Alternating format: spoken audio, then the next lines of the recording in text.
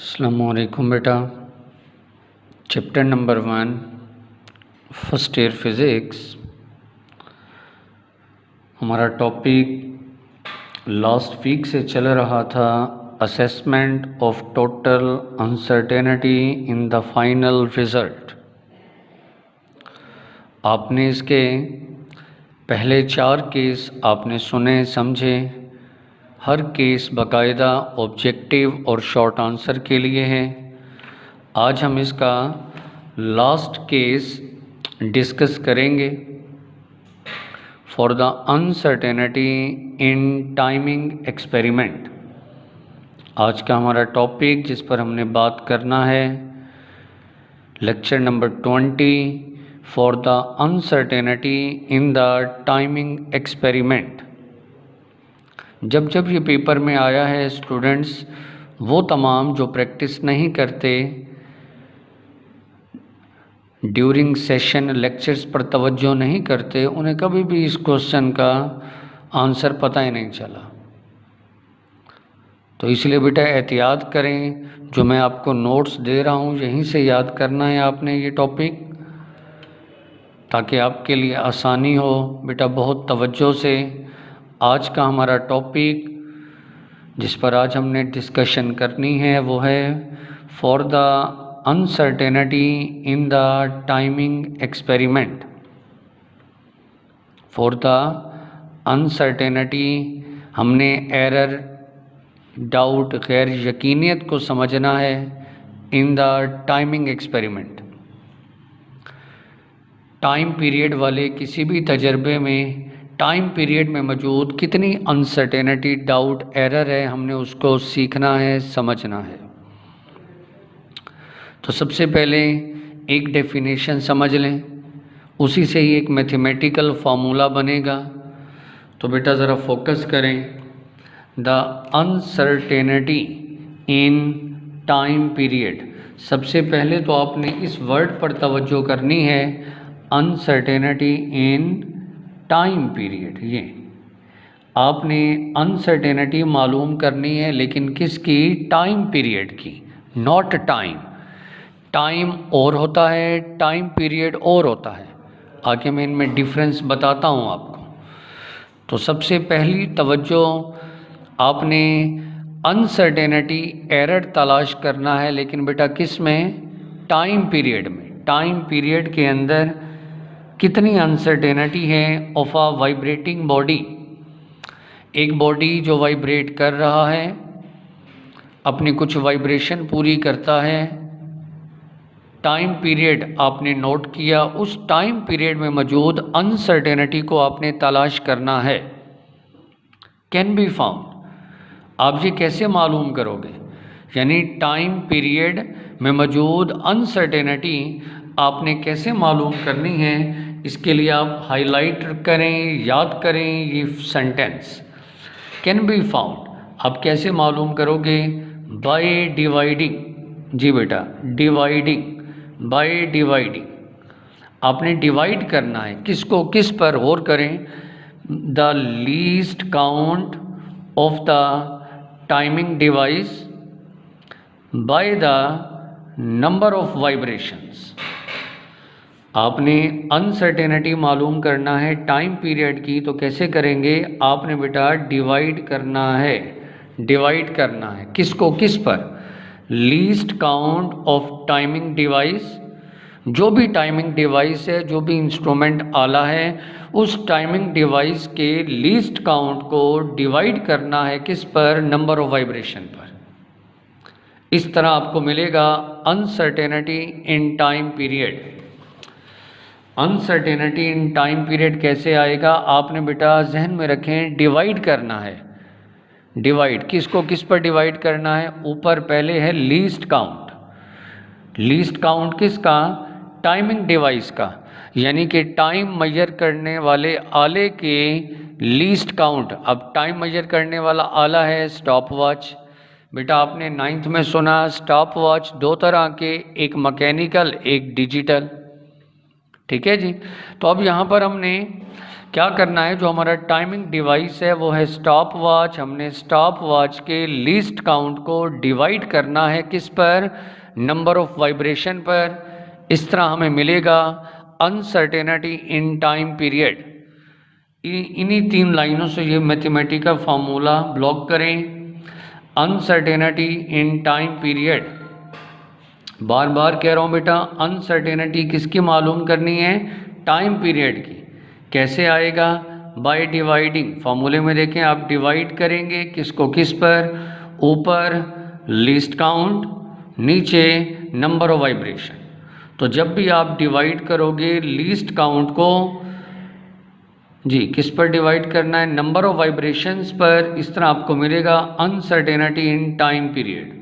तो एक तो ये डेफिनेशन फार्मूला लिखने का एक नंबर आगे एग्जाम्पल की फर्दर कैलकुलेशन वजाहत।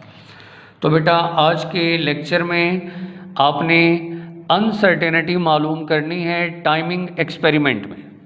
ओके, तो अनसर्टेनिटी जब भी आप टाइम पीरियड में मालूम करेंगे तो कैसे आपने मालूम करना है, जहन में रखें, आपने डिवाइड करना है किसको किस पर, लीस्ट काउंट को नंबर ऑफ वाइब्रेशंस पर। इस तरह आपको मिलेगा अनसर्टेनिटी इन टाइम पीरियड। तो डेफिनेशन फार्मूला क्लियर हो गया। अब फर्दर कैलकुलेशन, इसके लिए फोकस करें। एक एग्जाम्पल, बहुत तवज्जो की ज़रूरत। एग्जाम्पल में कहता है the time for 30 vibration, the time for 30 vibrations of simple pendulum is 54.6 second. कितनी वाइब्रेशन है बेटा, 30। फोकस कर लें जनाब, 30 टोटल नंबर ऑफ वाइब्रेशन 30। ये वाइब्रेशन किसकी, सिंपल पेंडुलम। हमारे पास एक सिंपल पेंडुलम है। इस सिंपल पेंडुलम की 30 वाइब्रेशंस का मैंने टाइम मेजर किया। क्या मेजर किया मैंने, टाइम। कितनी वाइब्रेशंस हैं, total vibration, number of vibrations हैं 30। इन 30 वाइब्रेशंस का टाइम, जी बेटा टाइम मैंने मेजर किया, टाइम आया 54.6 सेकेंड। हमारे पास एक क्या है, सिंपल पेंडुलम। हमने सिंपल पेंडुलम की 30 वाइब्रेशंस का टाइम, ये देखें ये है टाइम, ये है टोटल टाइम 54.6 सेकेंड, ये टाइम है। बट बेटा यहाँ तवज्जो फार्मूले पर, uncertainty in time period. Time period और चीज़ है, टाइम और चीज़ है। यहाँ ये जो आपके सामने मेंशन है 54.6 सेकेंड, ये है टाइम। बट हमारे फॉर्मूले में हमें क्या चाहिए होगा, टाइम पीरियड। ये ख्याल रखना है आपने, टाइम और चीज़ है, टाइम पीरियड और चीज़ है, आगे वजाहत आएगी। जी बेटा हमारे पास क्या है, सिंपल पेंडुलम। हमने सिंपल पेंडुलम की कितनी वाइब्रेशन, 30 वाइब्रेशन। इन 30 वाइब्रेशन का टोटल टाइम कितना आया, 54.6 सेकेंड। ये टाइम आपने मेजर किया और आपकी टाइमिंग डिवाइस क्या है, stopwatch. Stopwatch, stop watch. हमने ये टाइम 54.6 सेकेंड 30 वाइब्रेशन का ये जो टाइम मेजर किया, किस इंस्ट्रूमेंट आले से, टाइमिंग डिवाइस इंस्ट्रूमेंट है स्टॉप वॉच। यहाँ बेटा हाईलाइट कर लो आप तमाम बच्चे, आपको stopwatch, least count for stopwatch, जी least count for of stopwatch. Stopwatch का लीस्ट काउंट क्या है, 1/10 ऑफ अ सेकेंड। 1/10 हाईलाइट कर लेंगे। जब आप बाद में टेक्स्ट बुक रीडिंग करेंगे तो बुक में एक सेंटेंस लिखा होगा, लीस्ट काउंट स्टॉप वॉच का कितना है बेटा, 1/10 ऑफ द सेकेंड।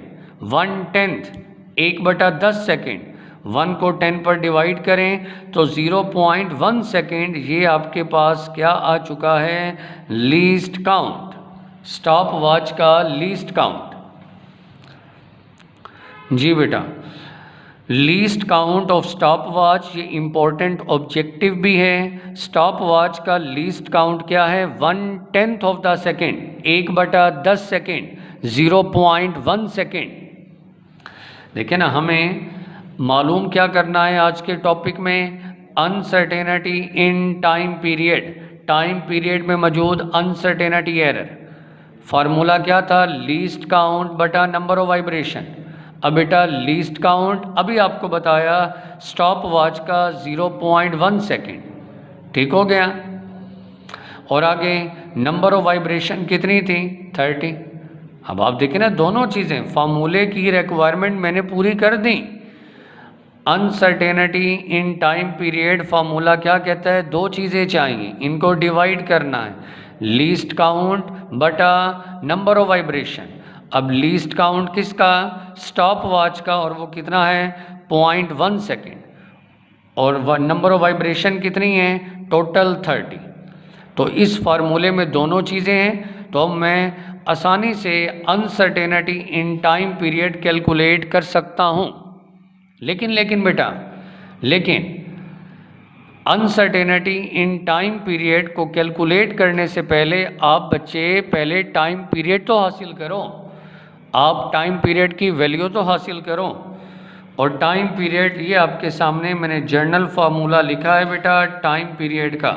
ये टाइम पीरियड इक्वल है किसके, total time divide by total number of vibration, total time divide by total number of vibration. ये जर्नल फार्मूला सबको याद रखना है टाइम पीरियड हासिल करने का। तो टाइम पीरियड क्या है, total time divide by total vibration, इन दोनों को डिवाइड करेंगे, क्या मिलेगा, टाइम पीरियड। देखिए ना, हमने अनसर्टेनिटी मालूम करनी है टाइम पीरियड में, तो पहले हम हासिल करेंगे टाइम पीरियड। टाइम पीरियड क्या है, total time divide by total vibration. Total time कितना था, 54.6 सेकेंड, और टोटल वाइब्रेशन कितनी है, 30। तो आप देख सकते हैं total time 54.6 second, total vibration 30, दोनों को डिवाइड करें तो टाइम पीरियड की वैल्यू आई 1.82 सेकेंड। ये 1.82 ये है टाइम पीरियड। जी बेटा, मैंने शुरू में क्या कहा था, एक होता है टाइम, एक होता है टाइम पीरियड। टाइम, जी यहाँ तवज्जो करें, टाइम 54.6 सेकेंड ये टाइम था। टाइम होता है टोटल वाइब्रेशन, टोटल वाइब्रेशन थी 30 वाइब्रेशन का टाइम, और टाइम पीरियड होता है एक वाइब्रेशन का।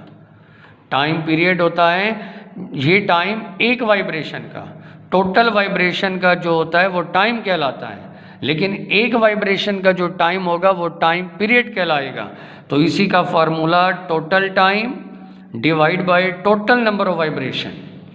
टोटल टाइम 54.6 डिवाइड कर दें टोटल वाइब्रेशन 30 पर, तो इन दोनों को डिवाइड किया 1.82 सेकेंड, ये आपके पास आया टाइम पीरियड। ये टाइम पीरियड एक वाइब्रेशन का आ गया। अब टाइम पीरियड की वैल्यू आ गई 1.82 सेकेंड। अब हमने इस टाइम पीरियड की वैल्यू में तलाश करना है, कैलकुलेट करना है अनसर्टेनिटी। तो नेक्स्ट पेज पर दोबारा फार्मूला लिखता हूं मैं, uncertainty in time period T, क्या फार्मूला था, लीस्ट काउंट बटा नंबर ऑफ वाइब्रेशन। अब आपको याद होगा लीस्ट काउंट स्टॉप वॉच का 0.1 सेकेंड और टोटल वाइब्रेशन 30, दोनों को डिवाइड किया तो 0.003 सेकेंड, ये क्या है, अनसर्टेनिटी टाइम पीरियड में, टाइम पीरियड में अनसर्टेनिटी एरर। अब फाइनल आंसर आपका लिखने का सही तरीका आपके सामने है। जी बेटा, time period T equal 1.82 plus minus 0.003 second.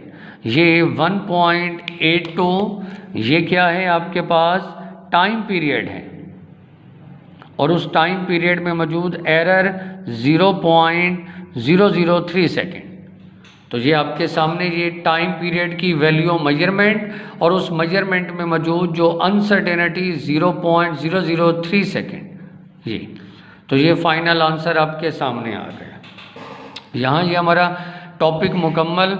एक आखिरी पॉइंट नोट करने वाला पॉइंट वो ये है, क्योंकि हमने टाइम नोट किया स्टॉप वॉच से, सिंपल पेंडुलम की 30 वाइब्रेशन का हमने टाइम नोट किया with the help of stop watch. तो बेटा जब भी ये एक्सपेरिमेंट किया जाता है तो टीचर या साइंटिस्ट बच्चों को, स्टूडेंट्स को ये एडवाइस करते हैं क्या, it is advisable to count large number of swing. इस पर तवज्जो करनी है। यानी अगर आप चाहते हो कि टू रिड्यूस टाइमिंग अनसर्टेनिटी, कि टाइम के अंदर जो अनसर्टेनिटी एरर कम से कम पाया जाए, तो उसके लिए साइंटिस्ट क्या करते हैं, एडवाइस करते हैं कि आप काउंट करें लार्ज नंबर ऑफ स्विंग। इस फिक्रे पर तवज्जो करें। अगर आप चाहते हो कि टाइमिंग एक्सपेरिमेंट में टाइम पीरियड की वैल्यू में एरर, डाउट, शक, अनसर्टेनिटी आपको कम से कम मिले, तो फिर आप क्या करें, काउंट करें large number of swing, large number of vibration. जितने नंबर ऑफ स्विंग ज़्यादा होंगे, नंबर ऑफ वाइब्रेशन ज़्यादा होंगी, उतनी ही टाइम पीरियड में, टाइमिंग एक्सपेरिमेंट में अनसर्टेनिटी कम से कम। यानी आपको क्या एडवाइस दी गई, इस सेंटेंस को हाईलाइट करेंगे, टेक्स्ट बुक पर भी याद रखेंगे। अगर आप चाहते हो कि टाइमिंग एक्सपेरिमेंट में अनसर्टेनिटी कम से कम मिले, तो फिर आपको क्या करने हैं, number of swing, number of vibration, तादाद ज़्यादा करनी है। जैसे कि हमने ये एक्सपेरिमेंट किया, इस एग्जाम्पल में हमारी 30 वाइब्रेशन थी। अगर मैं 30 के बजाय ये सारी कैलकुलेशन करूं 40 वाइब्रेशन से, 50 वाइब्रेशन से, 60 वाइब्रेशन से, तो जैसे जैसे number of vibration, number of swing बढ़ाता जाऊंगा, उतना ही टाइमिंग एक्सपेरिमेंट में अनसर्टेनिटी बेटा कम होती जाएगी। तो यहाँ ये हमारा टॉपिक मुकम्मल। 5 केस थे, आज ये 5वां केस था। आसान टॉपिक था। बार बार लेक्चर को बेटा सुने, बार बार याद करें, बार बार प्रैक्टिस करें। जो जितनी प्रैक्टिस करेगा उतनी तैयारी बेहतर होगी। तो ये 5 केस, यहाँ टॉपिक मुकम्मल। मज़ीद नेक्स्ट लेक्चर में मैं आपको बेटा कुछ एग्जाम्पल और न्यूमेरिकल करवाऊँगा, और फिर नेक्स्ट एक और इम्पोर्टेंट आर्टिकल, वो भी आप तमाम बच्चों के लिए बिल्कुल न्यू है, वो भी आप तमाम के लिए, डायमेंशन का कॉन्सेप्ट। अभी हमारे चैप्टर 1 का एक टॉपिक अहम अभी बाकी है। देखिए हमारी, मैं जब भी कोई टॉपिक आप क्लास में आएंगे ना, जब भी मैं बोर्ड पर कोई टॉपिक शुरू करूँगा, मैं कहूँगा बेटा ये इम्पोर्टेंट आर्टिकल है। हर टॉपिक इम्पोर्टेंट है। वजह, क्योंकि बेटा फिज़िक्स खुद इम्पोर्टेंट है। आपके जब तक कॉन्सेप्ट मजबूत नहीं होंगे, आगे आपने MD कैट का टेस्ट देना है, उसके लिए आपको तैयार होना है। ऑब्जेक्टिव पर कमांड, सब्जेक्टिव आना चाहिए, और ये उसी वक्त है जब आप बाकी सब्जेक्ट की निस्बत फ़िज़िक्स को डबल टाइम देंगे। तो मेरा बेटा, मैं आपके टेस्ट भी चेक करता हूँ, मुझे बहुत खुशी हुई कि आप तमाम की प्रेजेंटेशन अच्छी हैं, आप सही। बाकी बहुत सी चीज़ें आपको फर्दर सिखानी हैं, जो कि क्लासरूम में आपको डिटेल से बताएंगे। तो आई होप सो कि आज का ये लेक्चर आपने सुना, समझा। उम्मीद करते हैं कि आप इस पर बहुत तवज्जो करेंगे इंशाअल्लाह। बाकी नेक्स्ट अगले लेक्चर में, थैंक यू वेरी मच, जज़ाकल्लाह, अल्लाह हाफिज़।